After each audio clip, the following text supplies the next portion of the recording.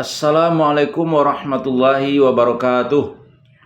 Innal hamdalillah nahmaduhu wa nasta'inuhu wa nastaghfiruh wa na'udzu billahi min shururi anfusina wa min sayyiati a'malina. May yahdihillahu fala mudhillalah wa may yudlil falan tajida lahu waliyyan mursyida. Asyhadu an la ilaha illallah wa asyhadu anna Muhammadan abduhu wa rasuluhu la nabiyya ba'd. Allahumma shalli wa sallim ala hadzal nabiyil karim wa ala alihi wa ashabihi ajma'in. Bapak-bapak, ibu-ibu yang berbahagia serta generasi muda yang saya sayangi, baiklah pada kesempatan berbahagia ini kita akan kembali melanjutkan membaca buku Pedoman Salat yang disusun oleh Profesor Dr. Tengku Muhammad Asbi As-Siddiqi, yang pada kesempatan ini kita akan membaca tentang wajib memakai pakaian yang baik untuk salat. Bismillahirrahmanirrahim. Wajib memakai pakaian yang baik untuk salat. Al-Quran telah mewajibkan kita memakai pakaian yang bagus untuk sholat. Selain kita diperintahkan menutupi aurat yang dikehendaki oleh peradaban dan pergaulan, kita diperintahkan juga menutup aurat dengan pakaian yang bagus untuk mengerjakan sholat. Allah SWT berfirman, ambillah zinahmu atau pakaian-pakaian yang baik di setiap sholat, dan makan serta minumlah kamu. Jangan kamu berlebih-lebihan, karena Allah tidak menyukai orang-orang yang berlebih-lebihan. Quran Surah Al-A'raf ayat 30.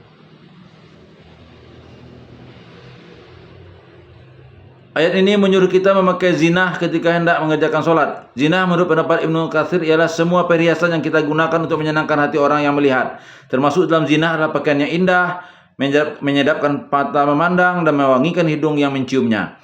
Tegasnya ayat ini demikian pula hadis-hadis yang semakna dengan menyuruh kita berhias atau memakai pakaian yang baik untuk sholat. Teristimewa pada hari Jumat, pada hari raya, dan menyuruh kita memakai wewangian, menggosok gigi untuk menyempurnakan penampilan. Diriwayatkan Al-Bukhari bahwa Umar radhiyallahu an berkata kepada seseorang saat dia hanya memakai selai kain, orang tersebut bertanya tentang salat. Iza awsa'allahu fa'awsi'u. Apabila Allah telah memberi keluasan kepadamu, pergunakanlah keluasan itu. Tafsir Al-Manar 8:380. Dalam satu hadis Nabi sallallahu alaihi wasallam bersabda, "Iza kana li ahadikum saubani falyusalla fihima." Apabila kamu memiliki dua kerat kain baju dan kain, salatlah dengan memakai kedua-duanya. Hadis riwayat Abu Daud dan dari Ibnu Umar, Sunan Abu Daud 1242. Rasulullah sallallahu alaihi wasallam bersabda, "Idza shalla ahadukum falyalbas saubahi fa innallaha ahaqqu an nuzayyana lah. Fa in lam yakul lahu saubani falyatazir. Idza shalla wala yastamil ahadukum fi salatihi timalal yahud." Apabila salah seorang kamu sholat, hendaknya dia memakai dua kerat kainnya, karena sesungguhnya kita lebih berhak untuk berhias untuk Allah. Jika ia tidak mempunyai dua kerat kain, hendaknya dia bersarung apabila ia sholat. Janganlah seorang kamu menyelimuti badannya sebagai orang Yahudi menyelimutkan diri.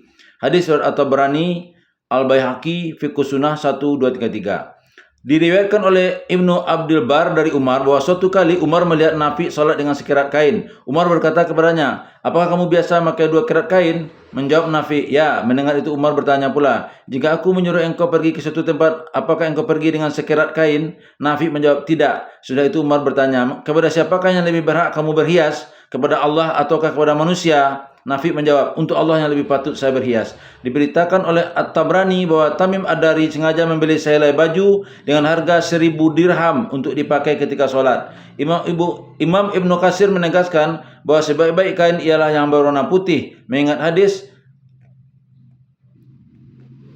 "Ilbasu min thiyabikumul bayada fa innaha min khairi thiyabikum."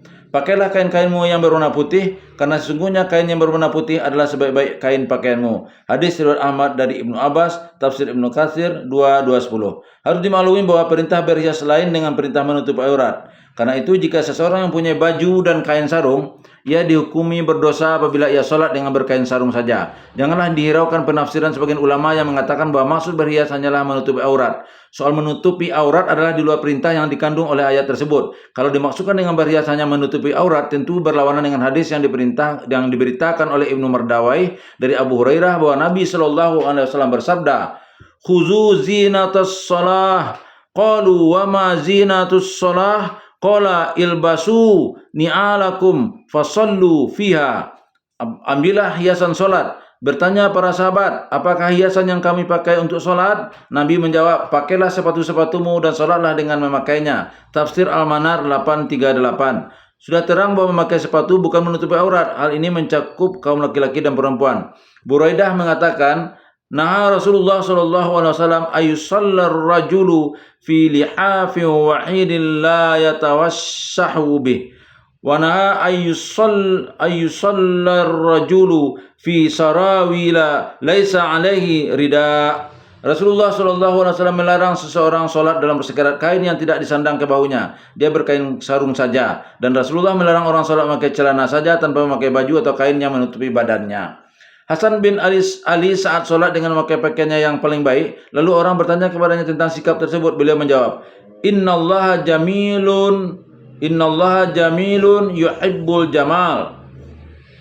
Innallaha jamilun yuhibbul jamala fa'atajamallu lirabba wa huwa yaqulu khuzu zinatakum 'inda kulli masjid.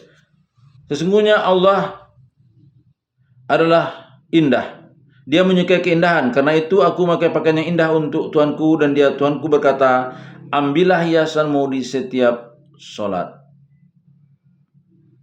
Fiqh Sunnah 1, 2, 3, 4. Fiqh Sunnah 2, 3, 4. Wajibnya menghadap kiblat dalam solat.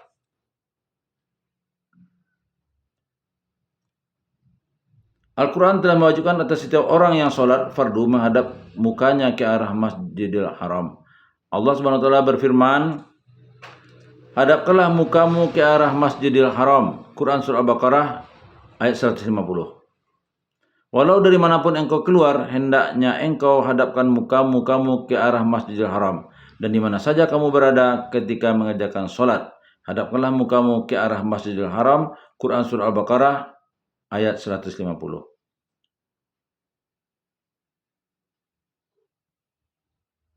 Billahi taufiq wal hidayah. Wassalamualaikum warahmatullahi wabarakatuh. Wassalamualaikum warahmatullahi wabarakatuh.